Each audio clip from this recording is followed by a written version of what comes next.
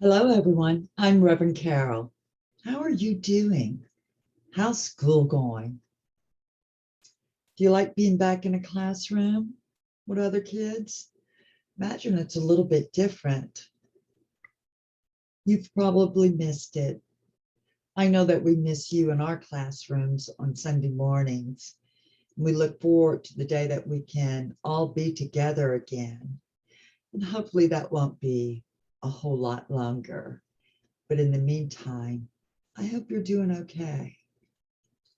Now, today, the story I'm going to read you is about a woman named Wangari Maathai, and who also came to be known as Mama Miti, which means mother of tree in African.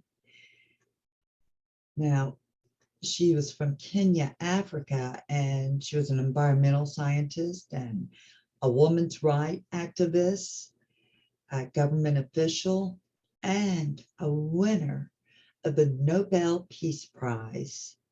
She was the first environmental scientist and first African woman to win.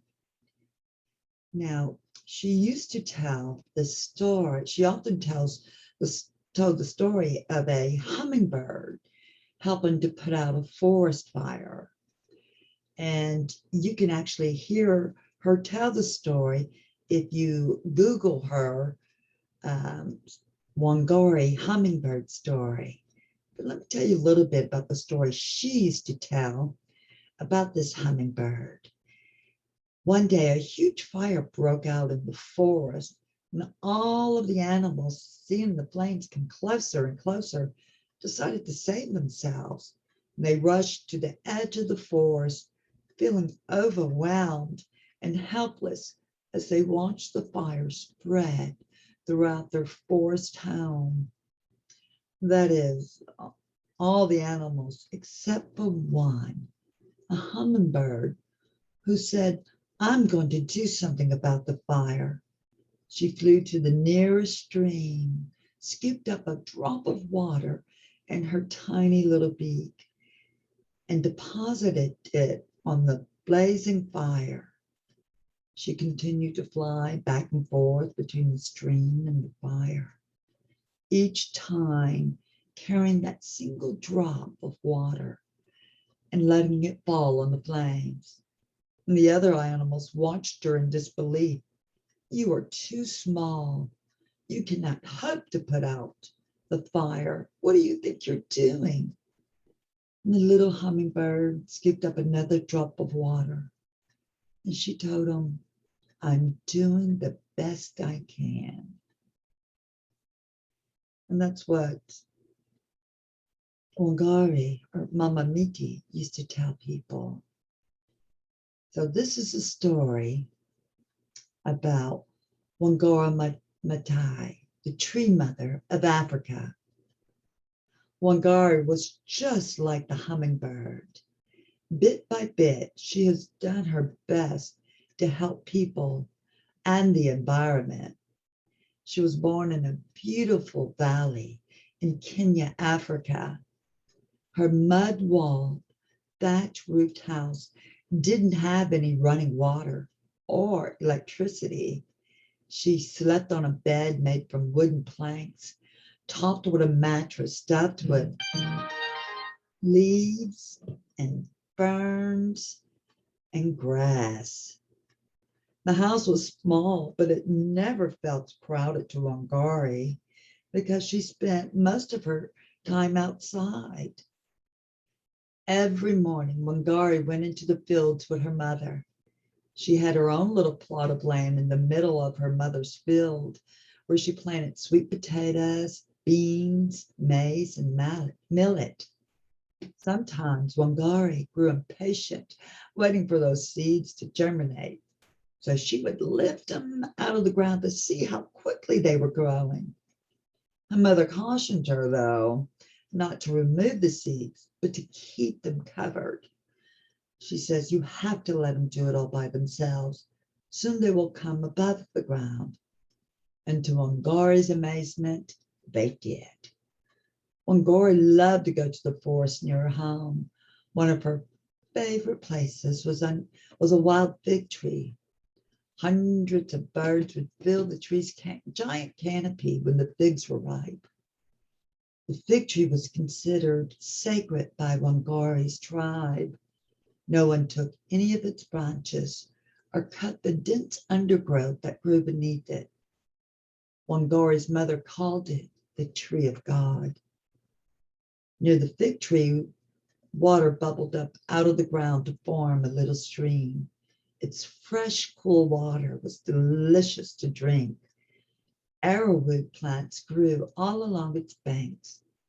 Their large, deep green, arching leaves created the perfect hideaway for Wangari.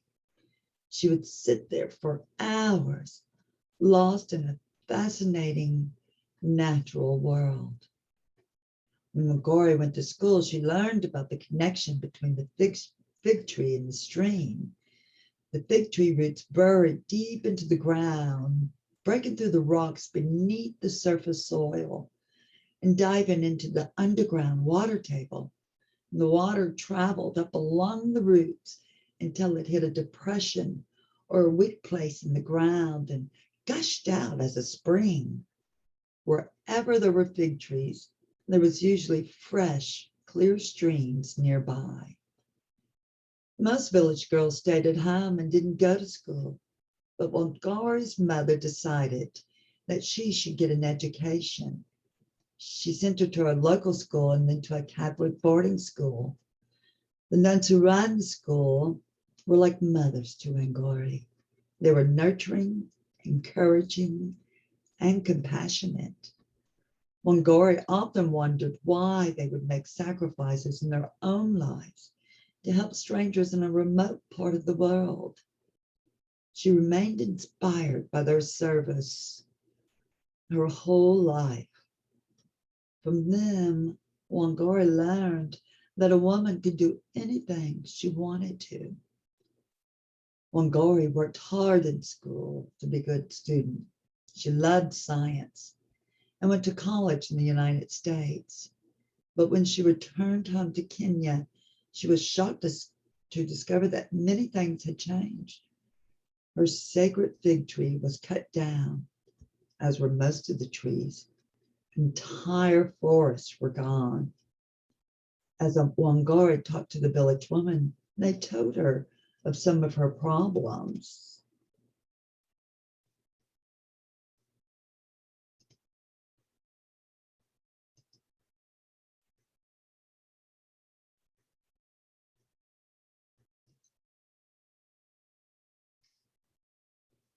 They told her, "We don't have any clean water to drink. The springs are dry.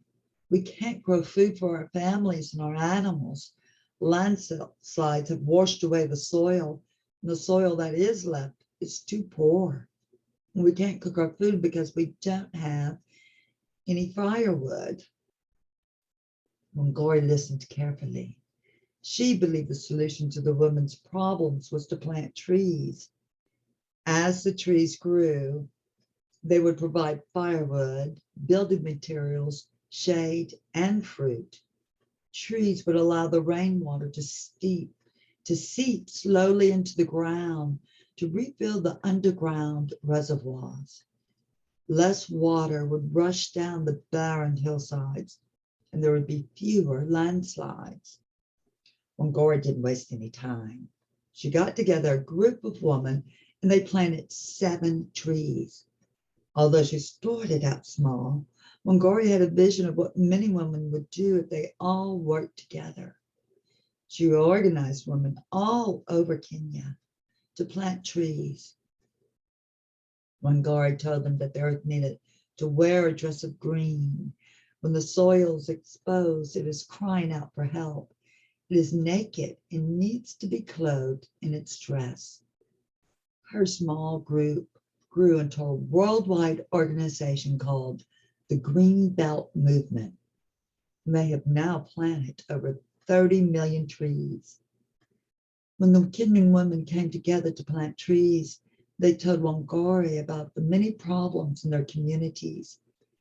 Even though it meant disagreeing with the government, Wangari spoke out about these problems and tried to find solutions.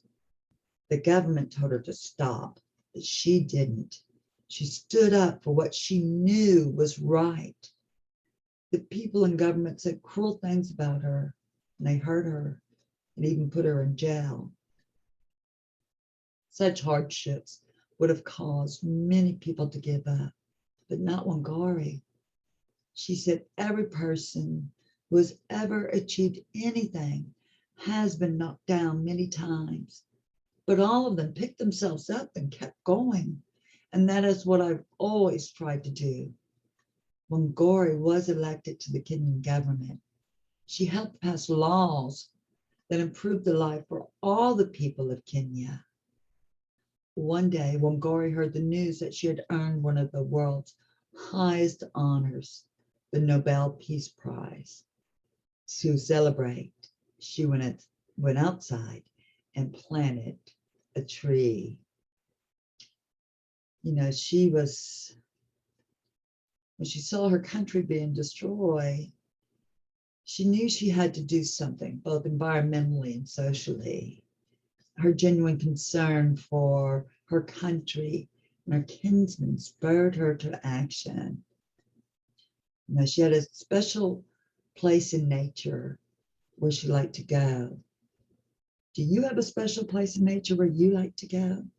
Is there somewhere outside that you like to spend time? What does it mean to do your best? And how do you know when you're doing your best? Trees are beautiful to look at and to be around and play under.